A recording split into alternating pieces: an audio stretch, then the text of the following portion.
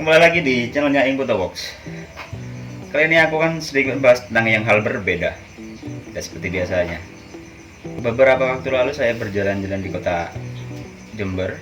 Ya, merupakan salah satu kota yang tersibuk di ujung Provinsi Jawa Timur. Tapi di sini saya tidak akan membahas tentang luas seputar kota Jember. Ada yang sedikit memicu ketertarikan saya untuk melihat hal lebih dari sudut pandang ini, yaitu angkutan LIN. Angkutan LIN lebih familiar disebut di kota saya. Ya, di kebanyakan kota-kota besar lebih tepatnya disebutnya itu angkot. Menurut Wikipedia, dari beberapa kota Jakarta itu sebutannya angkot, dan di Sulawesi itu namanya PT-PT, dan di beberapa banyak hal tempat itu mempunyai ciri khas masing-masing tentang penjemputan antar moda ini. Ngomongin angkot, balik lagi di era pertama kali transportasi ini dikenal oleh masyarakat Indonesia, yaitu pada awal tahun sekitar 1970-an. Sebutan awalnya yaitu Mikrolet.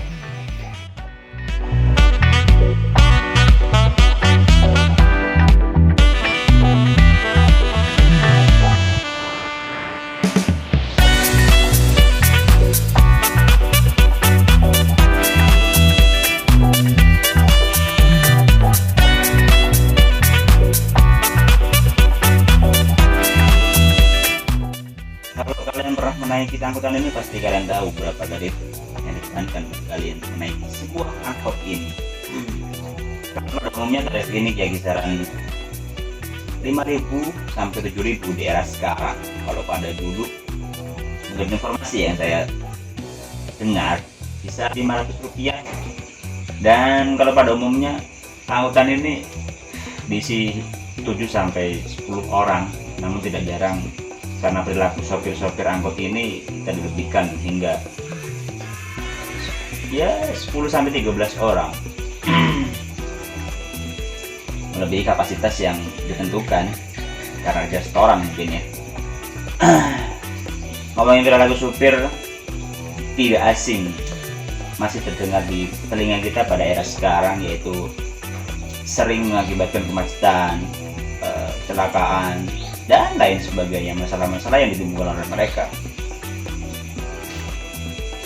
Dihubungkan dengan angkot ini di era 2000-an sampai di era sekarang, yang lebih tepatnya era Covid ya. Pernah terlintas nggak di pikiran kalian kemana angkot-angkot ini di era sekarang?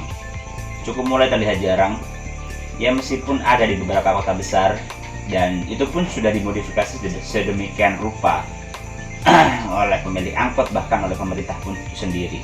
Namun di beberapa kota kecil, angkutan ini mulai mengurang identitasnya karena sudah banyak tergantikan dengan transportasi pribadi seperti mobil, sepeda motor, dan lain-lainnya.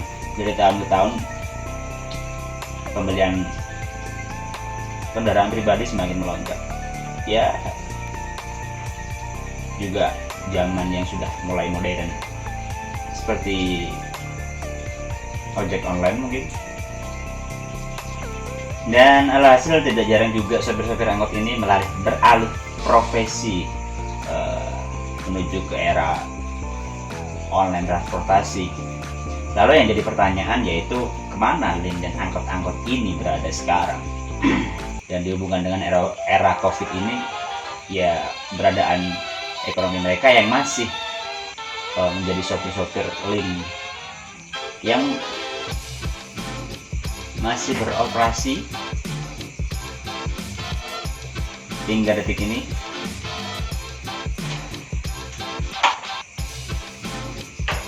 sangat minim sekali, bahkan hampir tidak ada sama sekali. Dan masih ada beberapa faktor-faktor lainnya yang menunjang kepunahan dari jenis transportasi ini. Pada intinya, mau tidak mau, apa yang ada di muka bumi ini perlu adanya pembaruan, dan setiap pembaruan pasti ada sejarah di setiap kalian zaman. Jadi menurut kalian, apakah LIN atau angkot ini masih bisa eksis dan menjadi salah satu transportasi pada umumnya?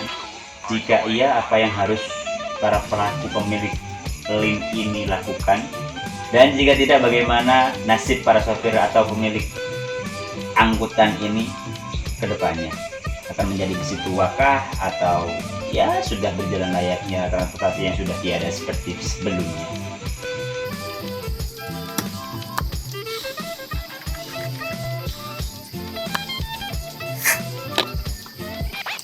Itu saja.